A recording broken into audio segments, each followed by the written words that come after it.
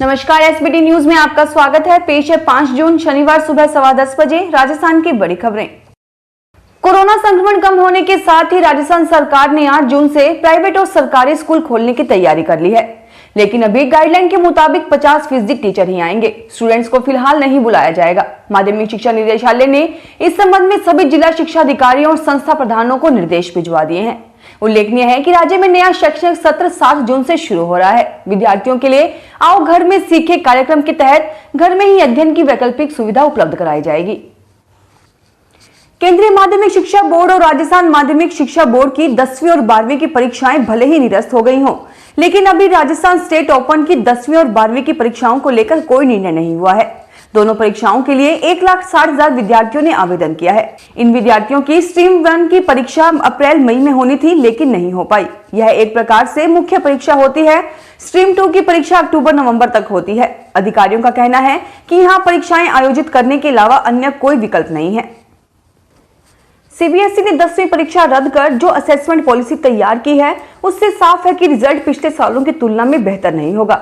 CBSE ने स्कूलों से कहा है कि वे पिछले 3 साल के रेफरेंस ईयर के आधार पर रिजल्ट तैयार करें, यानी स्कूलों का पिछले 3 वर्षों के अंदर जो सबसे बेस्ट रिजल्ट है, उससे अधिक रिजल्ट इस साल तैयार नहीं किया जा सकता है।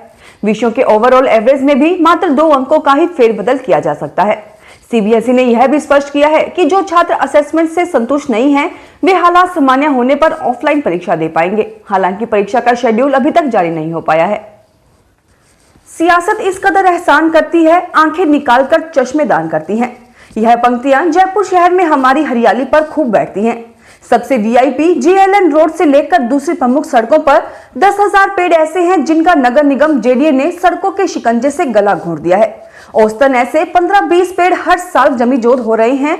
हाल ही में 2 पेड़ों की ऐसी तस्वीरें सामने आई हैं। हैरत की बात, पेड़ों को मारने के पूरे इंतजाम करके हर साल 20 करोड़ रुपए गमले वाले पौधे झाड़ियों पर खर्च हो रहे हैं। राजस्थान के मुख्यमंत्री अशोक गहलोत द्वारा शुक्रवार को चिकित्सा एवं स्वास्थ्य चिकित्सा विभाग के अंतर्गत राज्य में 7 लोकार्पण व 5 शिलान्यास कार्यक्रमों का वर्चुअल शुभारंभ किया गया। कार्यक्रम में प्रदेश के चिकित्सा एवं स्वास्थ्य मंत्री डॉक्टर रघु शर्मा ने भीलवाड़ा में वीडियो कॉन्फ्रेंसिंग से संबोधित करते हुए कहा कि बेहतर चिकित्सा प्रबंधन व टीमें बनाकर कोरोना की दूसरी लहर में ऑक्सीजन बेड की व्यवस्था कर संक्रमण पर काबू पाया गया है। मंत्री शर्मा ने बताया कि दूसरी लहर की भयावहता में भी मुख्यमंत्री के संकल्प से चिकित्सा के आधारभूत ढांचे को तैयार किया। राजस्थान सरकार द्वारा रैपिड एंटीजन टेस्ट की लाखों किट खरीद अलग अलग दरों पर करने व चिरंजीवी योजना से निजी अस्पतालों में लोगों को इलाज नहीं मिलने के मामले पर बीजेपी प्रदेश अध्यक्ष सतीश पूनिया ने सवाल उठाए हैं। पूनिया ने ट्वीट कर कहा कि कोविड-19 महामारी की दूसरी लहर के दौरान मेडिकल उपकरणों की खरीद में आपदा में अवसर जैसा कुछ नजर आ रहा है। ऑक्सीजन कंसंट्रेटर और वेंटिलेटर के अलावा रैपिड एंटीजन टेस्ट किट की अलग अलग दरों पर खरीद संदेह पैदा करने की बात भी पूनिया ने कही। उन्होंने कहा कि ऐसा उस समय हो रहा है जब लैब में टेस्टिंग भार कम हुआ है।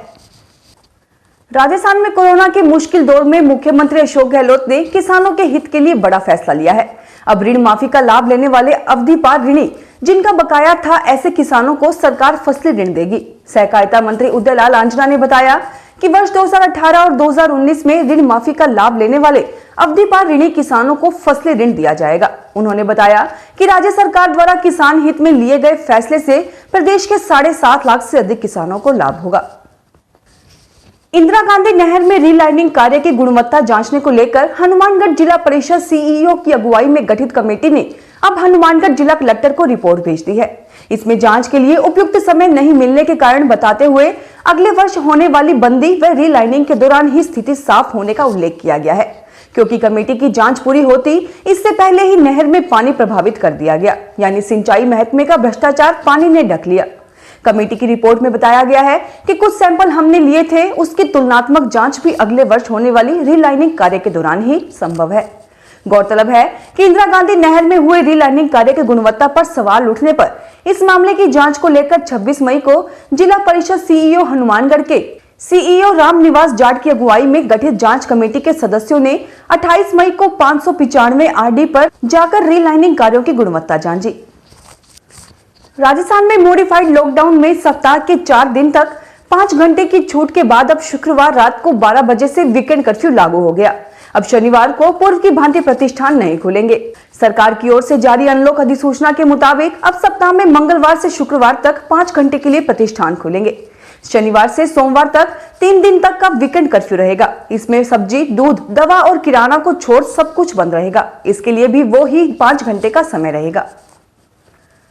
खनन क्षेत्र की प्रमुख कंपनी वेदांता ने शुक्रवार को राजस्थान के बाड़मेर में 100 बिस्तरों वाले अस्पताल के उद्घाटन की घोषणा की। कंपनी ने कोविड-19 के खिलाफ अभियान में राज्य सरकार की मदद को लेकर जताई गई प्रतिबद्धता के तहत यह पहल की है। मुख्यमंत्री अशोक गहलोत ने आधुनिक सुविधाओं से युक्त 100 बिस्तरों वाले अस्पताल का उद्घाटन किया। यह अस्पताल बाड़मेर के उच्च माध्यमिक सरकारी स्कूल में खोला गया है। देश में कोविड-19 रोधी टीकों की अब तक 22 करोड़ 75 लाख से अधिक खुराक दी जा चुकी है, जिनमें से 33,57,713 खुराक शुक्रवार को दी गई। केंद्रीय स्वास्थ्य मंत्रालय ने यह जानकारी दी।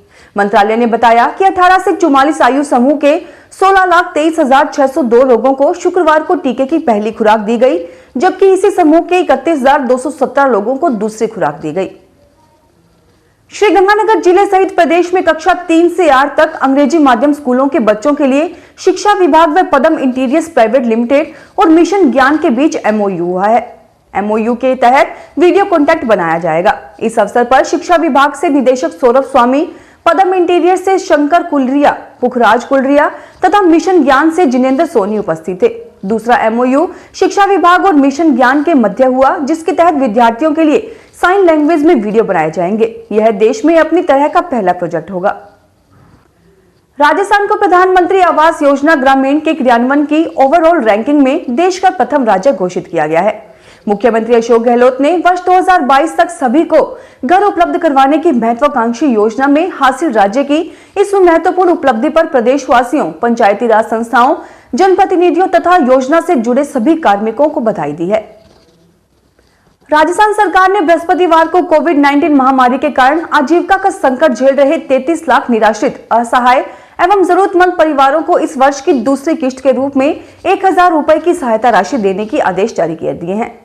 मुख्यमंत्री अशोक गहलोत के निर्देश पर कुल 330 करोड़ रुपए की राशि जारी की गई है। इनमें से 300 करोड़ रुपए RajComp info services limited RISL तथा 30 करोड़ रुपए जिला कलेक्टरों को हस्तांतरित किए गए हैं। यह राशि जरूरतमंद परिवारों के बैंक खाते में सीधे हस्तांतरित की जाएगी। राजस्थान में शुक्रवार को कोरोना वायरस संक्रमण के 1006 नए मामले सामने आए। नए मामलों में राजधानी जयपुर में 203, अलवर हनुमानगढ़ में 101, जोधपुर में 88, बीकानेर जैसलमेर में 51, गंगानगर में 38 और उदयपुर में 37 नए मामले शामिल हैं। फिलहाल इस बुलेटिन में इतना ही। फिर हाजिर होंगे और बड़ी खबरों के साथ। SBT न्यूज के वीडियो देखने के लिए हमारे चैनल को सब्सक्राइब करें और नोटिफिकेशन पाने के लिए बेल आइकन को प्रेस करें।